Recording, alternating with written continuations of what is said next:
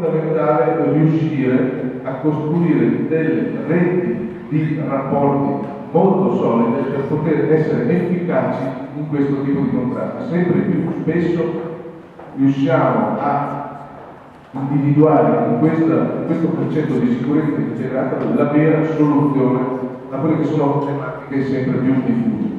Il nostro tessuto fondamentalmente è ancora un tessuto sano ed è proprio per questo che dobbiamo fin da subito porre in essere quelle azioni di contrasto a tutte le infiltrazioni di carattere illegale e criminogeno che possono avvenire e che purtroppo sempre più spesso si presentano. Penso che le nostre polizie locali in questo rappresentino il primo asset, il primo baluardo e anche il primo elemento di rapporto con i cittadini. Sappiamo che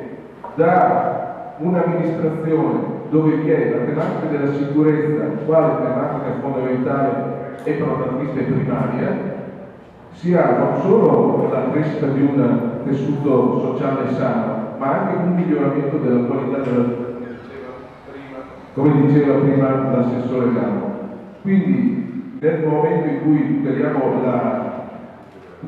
legalità, nel momento in cui fin dalle piccole cose portiamo avanti il contrasto alle azioni criminali, criminose e di degrado urbano, facciamo un'opera di